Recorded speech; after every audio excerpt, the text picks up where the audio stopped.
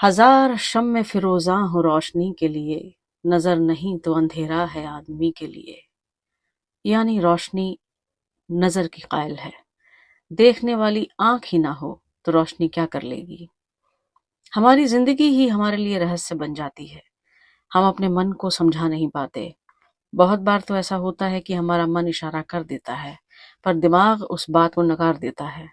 दिल और दिमाग अगर साथ हो जाएं तो पर्दे फाश हो जाते हैं और हकीकत सामने आ जाती है। कुछ ऐसी ही रहस्यमय कहानियां हैं ओसीडी की। ओसीडी यानी ऑब्सेसिव कंपल्सिव डिसऑर्डर। 15 साल के वरुण का भी यही हाल था। वो हाथ धोता चला जाता था 20 बार, फिर 30 बार, फिर 50 बार। साबुन खत्म हो जाता और हाथ की चमड़ी पिलपिली और सूख कर दर्द करती, लेकिन उसे अपने हाथ मैले ही लगते। नहाने पर आता तो उसको नाभि से नीचे का हिस्सा धोते धोते रोना आ जाता कि अब तो वो धोता ही जाएगा, रुक नहीं पाएगा। उसका शरीर चिपचिपा है और वो चिप चिप कीटाणुओं की है, और वो कीटाणु शरीर से उतरने का नाम ही नहीं ले रहे। जांघों के ऊपर का हिस्सा धोता तो लगता कि अब कीटाणु घुटनों पे चले गए।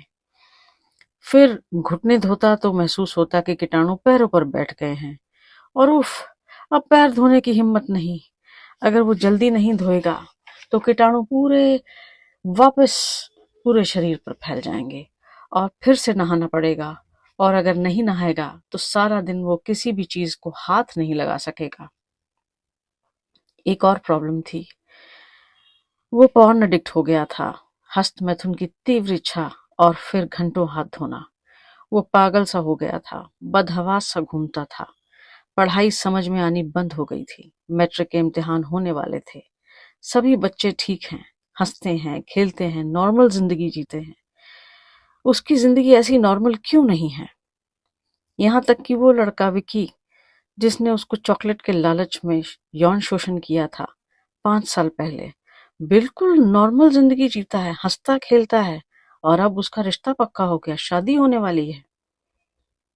मैं सिर्फ 9 साल का था और वो मुझे तभी छोड़ता जब मैं रो पड़ता था या बहुत दर्द में करा उठता। मुझे जाते जाते विक्की हमेशा कहता, घर जाकर नहा लेना।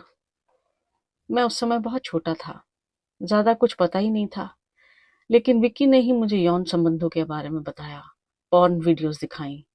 मुझे अजीब लगता था, पर खेल कूद कर घूम फिर कर थक कर सो जाता था।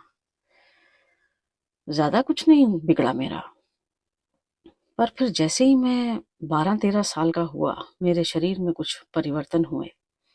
मेरी यौन इच्छा बढ़ने लगी और मुझे समझाने वाला, गाइड करने वाला कोई था ही नहीं।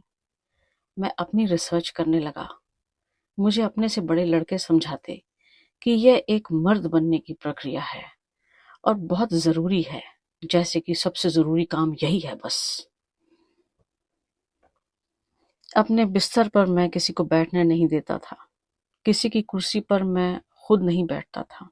अगर मेरा भाई किसी कुर्सी पर थोड़ी देर पर के लिए बैठ जाए तो फिर जब तक वो कुर्सी न धुले या जब उस पर गीला कपड़ा तसल्ली से न मारा हो, तो मैं माँ को या किसी और को भी उस पर बैठने नहीं देता था। ट्रेन या बस में सफर करना मेरे लिए नामुमकिन हो चुका था। अपने आप से तंग आ चुका था। जर्म्स, कीटाणु, इन्फेक्शन, बीमारी और फिर मौत, यही चक्कर घूमता रहता मेरे अंदर। और फिर डॉक्टर ने कहा, तुम्हें ओसीडी है। ओसीडी क्या होता है? कैसे ठीक होता है ये ओसीडी?